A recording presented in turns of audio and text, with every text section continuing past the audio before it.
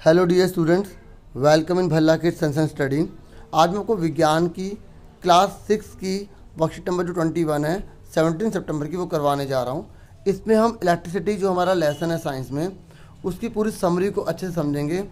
अगर आप चाहें तो ये पूरी की पूरी समरी कॉपी पर कर लें, नोट्स बना लें, और इससे बाहर जो है मुझे नहीं लगता कुछ आने वाला है अगर एग्ज़ाम में आएगा, क्योंकि इतनी अच्छी से समरी बना रखी है, बहुत अच्छी। ठीक है, फिर भी आप चैप्टर जरूर पढ़ेंगे।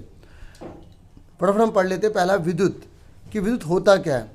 किसी विद्युत तार या परिपथ में उपस्थित विद्युत चार्ज या करंट के बहाव को विद्युत कहते हैं। मतलब कहने का ये है कि अगर कोई भी परिपथ बना हुआ है उसमें जो चार्ज है, ठीक है, ये जो करंट है जो बह रहा है उसी को हम विद्युत कहते हैं। ठीक है, इलेक्ट्रिसिटी कहते हैं। आगे क्या कह रहे हैं, विद्युत परिपथ में कई अवयव उपयोग होते हैं। मतलब जब हम एक विद्युत परिपथ बनाते हैं ना जिसमें से करंट पास होता है तो उसमें बहुत सारी चीज़ें यूज़ होती हैं, जैसे तार, स्विच ऑन करना है या स्विच ऑफ करना है, बल्ब का यूज़ करेंगे, सेल का यूज़ करेंगे या बैटरी का यूज़ करेंगे। देखो ध्यान से देख लो, ये सेल होता है, ठीक है, और ये बैटरी होती है। जब एक से ज़्यादा सेल लगते हैं ना उसे बैटरी कहते हैं। इस बात में कभी कन्फ्यूज़न मत पैदा करना। ठीक है, अब देखो यहाँ बता भी रखा है कि विद्युत सेल होता क्या है। ये क्या करता है, रासायनिक ऊर्जा को विद्युत ऊर्जा में बदल देता है। ठीक है, और सभी विद्युत सेलों में दो सिरे होते हैं। कितने होते हैं, जितने भी सेल होते हैं ना बच्चों उसमें दो सिरे होते हैं, एक नेगेटिव और दूसरा पॉजिटिव। मतलब एक धनात्मक और दूसरा ऋणात्मक। अगर कोई पूछेगा ना कितने सिरे होते हैं तो आप कितने बताओगे, दो बताओगे। बैटरी क्या है, जब दो सेल या उससे ज़्यादा सेलों को हम जोड़ देंगे ना तो उसको हम क्या बोलेंगे, बैटरी बोलेंगे। एक सिरे पे धनात्मक तथा ऋणात्मक चिन्ह दोनों होते हैं इसमें। ठीक है, बैटरी में क्या होता है, एक ही सिरे पर, मतलब एक ही सिरे पर जो है ना, जैसे मान लो मैंने दो सेल से बनाई है तो उसमें एक ही सिरे पर एक पॉजिटिव और एक नेगेटिव होगा। ठीक है, जबकि सेल में क्या होता है, एक पॉजिटिव उधर और दूसरा नेगेटिव दूसरी तरफ होता है ना। जैसे सेल बनाया तो पॉजिटिव इधर नेगेटिव इधर है, लेकिन जब मैं दोनों सेलों को जोड़ लेता हूँ ना, जैसे हम बैटरी कह रहे हैं, तो उसमें एक पॉजिटिव और एक नेगेटिव हम इस तरीके से एक सेल को उल्टा करके रख देते हैं ताकि एक की तरफ पॉजिटिव नेगेटिव मिल जाए, मतलब धनात्मक और ऋणात्मक मिल जाए। ठीक है, बल्ब किसे कहते हैं, बल्ब पता है क्या है, जो विद्युत ऊर्जा को प्रकाश ऊर्जा में बदलता है। मतलब इलेक्ट्रिसिटी गई और उसने लाइट एनर्जी में कन्वर्ट कर दिया। और बल्ब का तंतु क्या होता है, ये जो बल्ब होता है ना, जैसे ये बल्ब है तो इसमें ये जो लगा होता है ना फिलामेंट, इसको इंग्लिश में फिलामेंट बोलते हैं। ठीक है, तो ये जो फिलामेंट है ना ये टंगस्टन की बनी होती है। ठीक है, और जो बल्ब होता है ना उसके अंदर आर्गन गैस भरी होती है, आपको अच्छे से पता होना चाहिए। तो ये जो टंगस्टन है इसी की वजह से जो है ना, जो क्या करता है, इलेक्ट्रिक जो है ना, इलेक्ट्रिक एनर्जी जा रही है, जो विद्युत ऊर्जा जा रही है उसको प्रकाश ऊर्जा में बदलने में मदद करता है। और बहुत तेज़ हीट निकलती है ना, और फिर उसी से प्रकाश उत्पन्न होने लग जाता है। ठीक है, और यहाँ पर बता ही दिया मैंने कि कौन सी गैस भरी जाती है, आर्गन भरी जाती है। और जो ऐसे से ये जो लगा है ना इसमें, इसको हम टंगस्टन कहते हैं। ठीक है, आगे सुनो, विद्युत परिपथ के बारे में और जान लेते हैं। देखो, विद्युत धारा का अर्थ है विद्युत का प्रवाह। करंट बह रहा है ना तो उसको हम हम क्या बोलेंगे, विद्युत धारा कहेंगे। ठीक है, अगर जो करंट बह रहा है उसको हम क्या बोलेंगे, विद्युत धारा कहेंगे। विद्युत धारा का तार में से प्रवाह सेल के धनात्मक सिरे से ऋणात्मक सिरे की ओर होता है। देखो याद रखना कि जो करंट बहता है ना वो पॉजिटिव से नेगेटिव की तरफ बहता है। ठीक है, अभी आपका असेसमेंट भी आया था, उसमें आपने करा होगा, मैंने पूरा असेसमेंट बना रखा है, वो भी देख सकते हैं।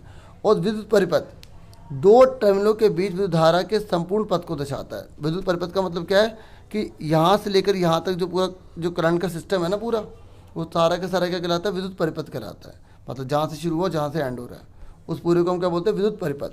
अब स्विच क्या है, स्विच क्या है, एक सरल युक्ति है जिससे हम विद्युत परिपथ को जोड़ तोड़ सकते हैं। परिपथ देखो जोड़ने का मतलब है कि अगर हमने इसे बंद कर दिया, ठीक है, यानी कि मतलब अगर हम आम भाषा में बोलें तो मैंने बटन को ऑन कर दिया, क्या कर दिया, ऑन कर दिया।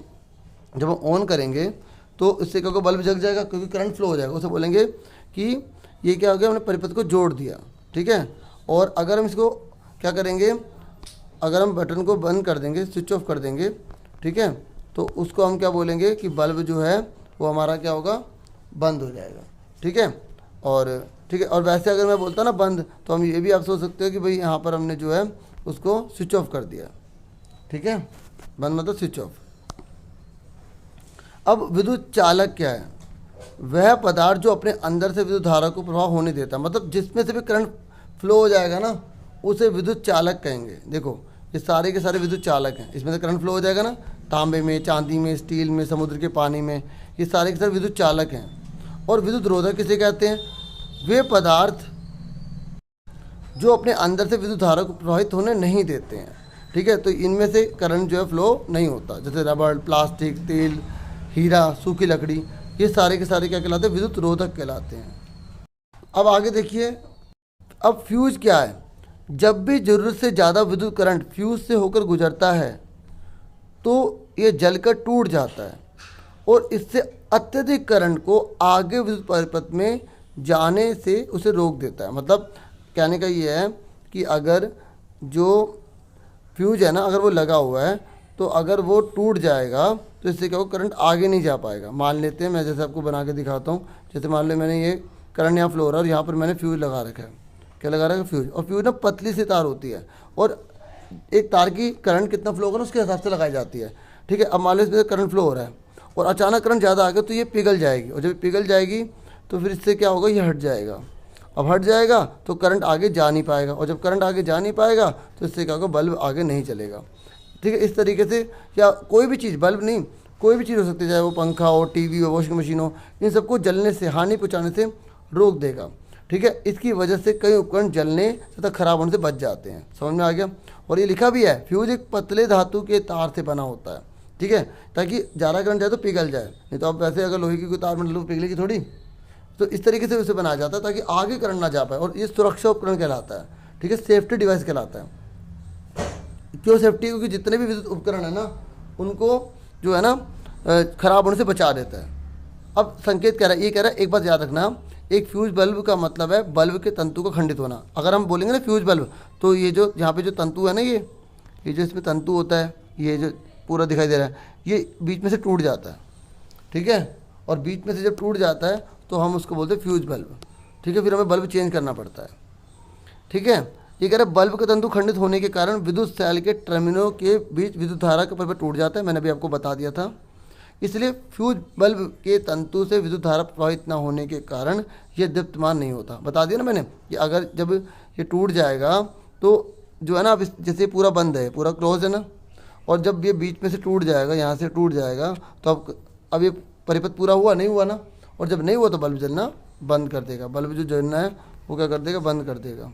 ठीक है, बल्ब जो है वो फिर वो नहीं जलेगा। समझ में आ गई डियर स्टूडेंट्स?